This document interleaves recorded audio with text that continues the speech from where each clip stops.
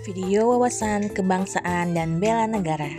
Latsar CPNS Pemprov DKI Jakarta, Angkatan 158, Kelompok 2, Subkelompok 2. Tugas video kelompok Agenda 1. Tutor Agenda 1, Bapak Dwi Rahmanendra, SHUT MPD. Perkenalan anggota kelompok. Assalamualaikum warahmatullahi wabarakatuh.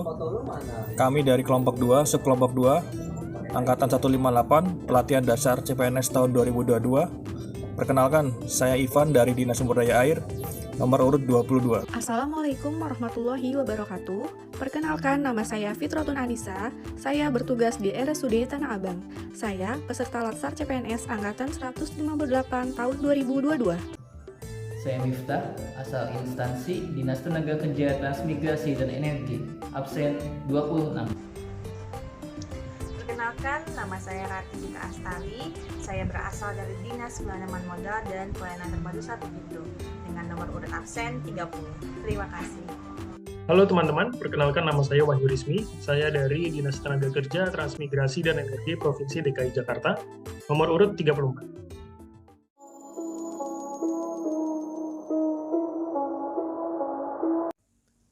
Ada beberapa peristiwa penting dalam sejarah bangsa Indonesia, mulai dari pergerakan awal kemerdekaan hingga proklamasi dikumandangkan. Tonggak awal kebangkitan nasional diawali dengan terbentuknya organisasi Budi Utomo di Jakarta tanggal 20 Mei 1908. Di tahun yang sama, tepatnya pada tanggal 25 Oktober 1908, Sultan Kasayangan dan R.N. Noto Suroto memprakarsai berdirinya Perhimpunan Indonesia di kota Leiden, Belanda. Perhimpunan Indonesia merupakan organisasi pergerakan nasional pertama yang menggunakan istilah Indonesia. Lebih jauh lagi, Perhimpunan Indonesia menjadi organisasi pelopor kemerdekaan bangsa Indonesia di kancah internasional. Pada tanggal 30 April 1926 di Jakarta, diselenggarakan Kerapatan Besar Pemuda yang kemudian terkenal dengan nama Kongres Pemuda Pertama. Pada tanggal 27 sampai 28 Oktober 1928, Kongres Pemuda kedua dilaksanakan. Kongres kedua inilah yang kemudian dikenal dengan Sumpah Pemuda, sehingga setiap tanggal 28 Oktober diperingati sebagai Hari Sumpah Pemuda. Pada 1 Maret 1945, dalam situasi kritis, Letnan Jenderal Kumakichi Harada, pimpinan pemerintah pendudukan Jepang di Jawa, mengumumkan pembentukan Badan Penyelidik Usaha-Usaha Persiapan Kemerdekaan Indonesia atau juga dikenal sebagai BPUPKI. Kemudian pada tanggal 7 Agustus 1945, Panitia Persiapan Kemerdekaan Indonesia atau PPKI dibentuk. Hingga pada akhirnya pada tanggal 17 Agustus 1945 diproklamasikan kemerdekaan bangsa Indonesia, lepas dari belenggu penjajahan dan kolonialisme. Setiap bangsa wajib memiliki suatu konsepsi dan konsensus bersama menyangkut hal-hal fundamental bagi keberlangsungan, keutuhan, dan kejayaan bangsa yang bersangkutan. Indonesia memiliki 4 konsensus dasar. 1. Pancasila. Selain berfungsi sebagai landasan bagi kokoh tegaknya negara dan bangsa, Pancasila juga berfungsi sebagai pemandu, ideologi nasional, pandangan hidup bangsa, pemersatu bangsa, dan sebagai wawasan pokok bangsa Indonesia dalam mencapai cita-cita nasional. Yang kedua, UUD 1945.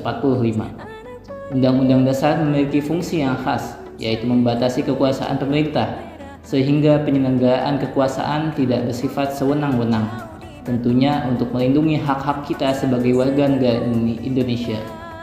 Yang ketiga, Bhinneka Tunggal Ika. Walau penduduk Indonesia yang meliputi 1340 suku bangsa dan banyaknya budaya yang ada, namun hakikatnya kita adalah satu. Bhinneka Tunggal Ika, berbeda tapi tetap satu jua. Yang keempat, Negara Kesatuan Republik Indonesia. Dalam pembukaan UUD 1945 alinea keempat, tujuan Negara Kesatuan Republik Indonesia meliputi melindungi segenap bangsa, memajukan kesejahteraan umum, mencerdaskan kehidupan bangsa, dan ikut melaksanakan ketertiban dunia. Demikian 4 konsensus yang menjadi tiang bagi keutuhan dan kejayaan bangsa Indonesia.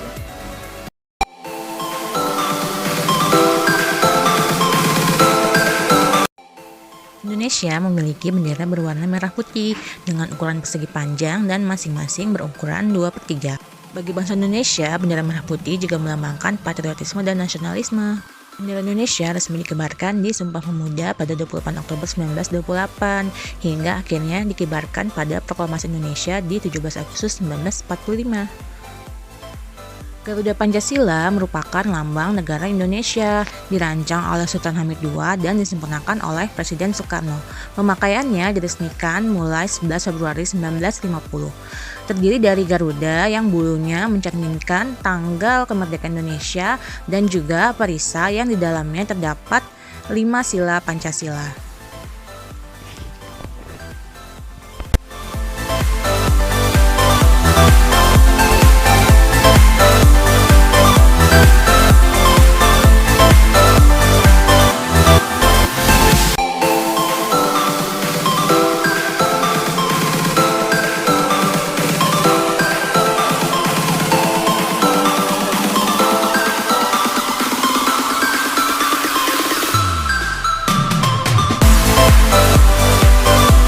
Dalam WR Supratman berusaha menuangkan kecintaannya terhadap Indonesia dalam sebuah lagu yang sangat indah. Saat itu, lagu Indonesia Raya menjadi bentuk ketidaksetiaan dan perlawanan terhadap kolonial yang masih berkuasa di atas tanah ini. Pemerintah kolonial ingin agar masyarakat menyanyikan lagu Wilhelmus yang isinya menceritakan perjuangan pahlawan Belanda untuk memperoleh kemerdekaan dengan melawan penjajahan Spanyol. Sekalipun ayahnya merupakan bagian dari tentara Kemil, Supratman memiliki pemikiran yang jauh berbeda. Melalui perjuangannya, beliau seakan berkata, "Aku berjuang untuk bangsa ini dengan biolaku."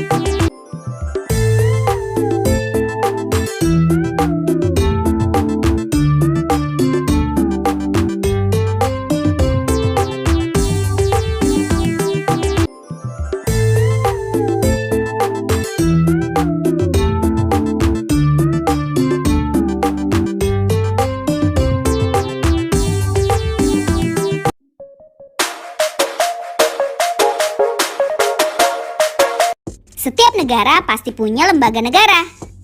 Lembaga negara ini bertugas untuk mengatur negara dan menjalankan pemerintahan. Nah, ada 3 lembaga negara utama di Indonesia, yaitu lembaga legislatif, lembaga yudikatif, dan lembaga eksekutif. Setiap lembaga ini punya susunan dan tugasnya masing-masing. Namun, semua lembaga punya tujuan besar, yaitu menjadikan negara dan rakyatnya jadi sejahtera.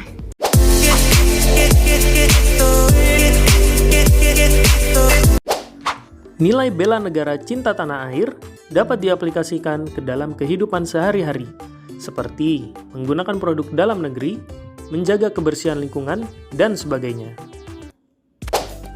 Sebagai warga negara Indonesia yang baik, kita harus memiliki kesadaran berbangsa dan bernegara, yaitu dengan cara selalu taat membayar pajak.